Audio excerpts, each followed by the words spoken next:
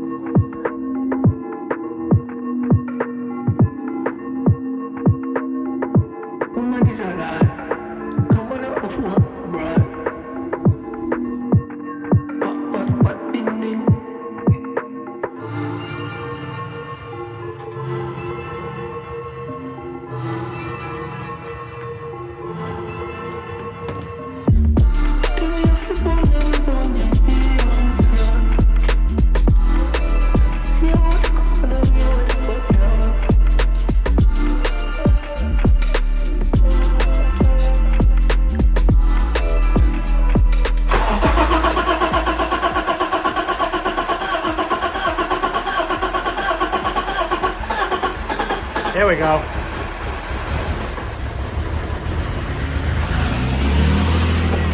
First start.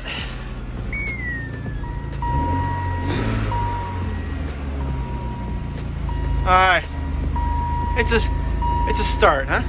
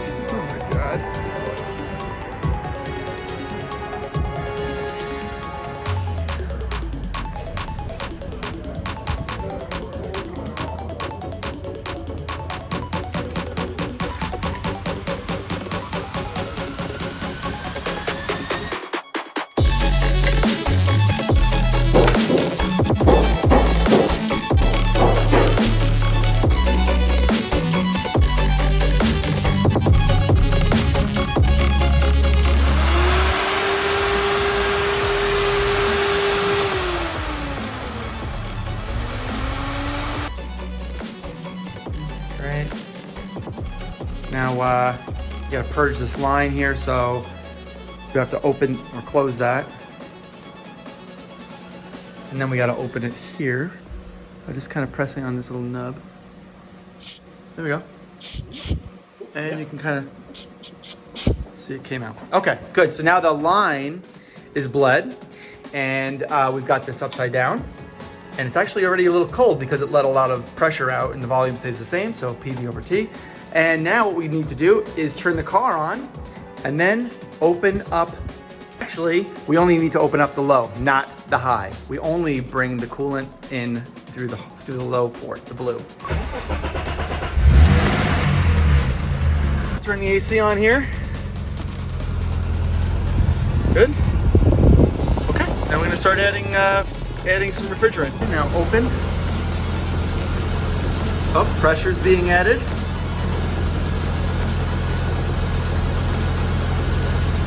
There it goes, yep. Okay, and the high pressure kicked on just when the compressor kicked on. And that compressor is spinning along with the belt, so we're in good shape. So it's actually about 75 in here, so we're operating between 35 and 45 PSI. And then the high pressure is 150 to 170. And we're probably around, I don't know, 30 PSI on the low side. And on the high side, we're just about 160 right there. So we're actually in really good shape. Now let's check out the temperature coming out of here. So if you can see past the reflection, We're about 48 degrees. This thing is like optimal right now. And now look at that. Oh, that's really cold. Very. We're gonna disconnect, turn it off, park it outside, detail it, and we are ready for delivery.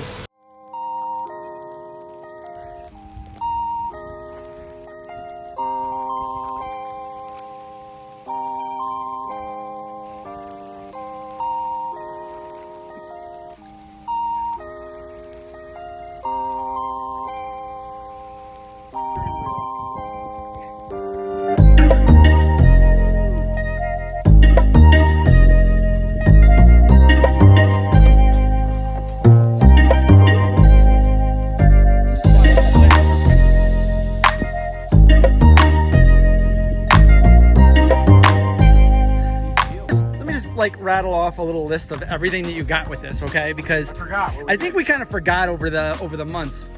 You got yourself a new dashboard, oil pan gasket, all rear new bushings, including the subframe trailing arms. The clock is right. The clock is correct. You got the Euro clock conversion. You got a new sunroof, swapped and painted. The whole front end of this car has been completely repainted. You got an oxygen sensor, which you did not have before. You have a check engine light that works and tells you accurate data. You got a brand new windshield and its associated trim, new seat shocks, style 5 16x8 wheels, and brand new 215 45 16 tires. Custom big brake kit by Willwood all around. You got AC with an R134A retrofit.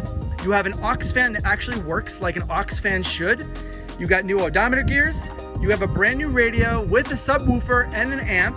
Speakers are operating on that amp, not just a subwoofer. And you have a very tidy engine bay and an exhaust that actually works. Give it a start. Oh, don't forget the antenna mast. Oh yeah. Oh yeah, the antenna. Let's not forget about the antenna that actually works.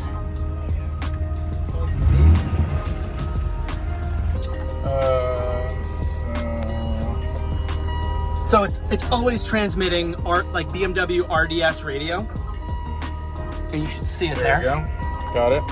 Yep. So click on that. It should connect, and now just start playing music. Turn on the spots. Put on your favorite jam. Go max volume on the Bluetooth and then tune it.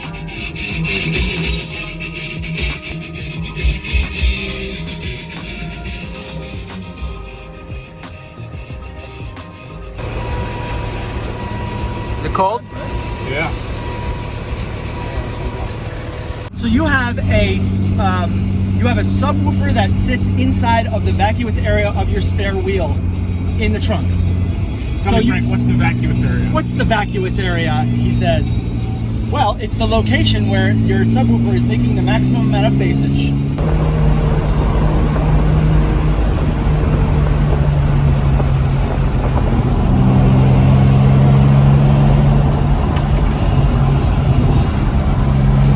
Just slam on the brakes.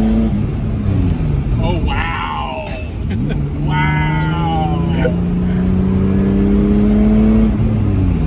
Wow. Those are great.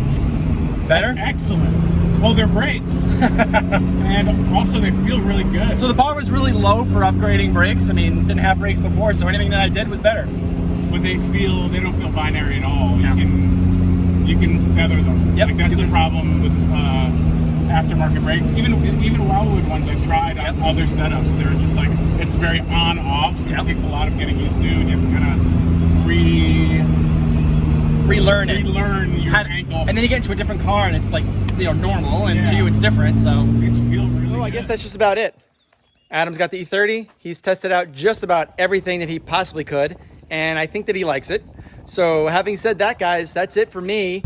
I hope you enjoyed the series. I hope you enjoyed me building this car, and if you're ever interested in me doing something similar to this, just a factory restoration, let me know.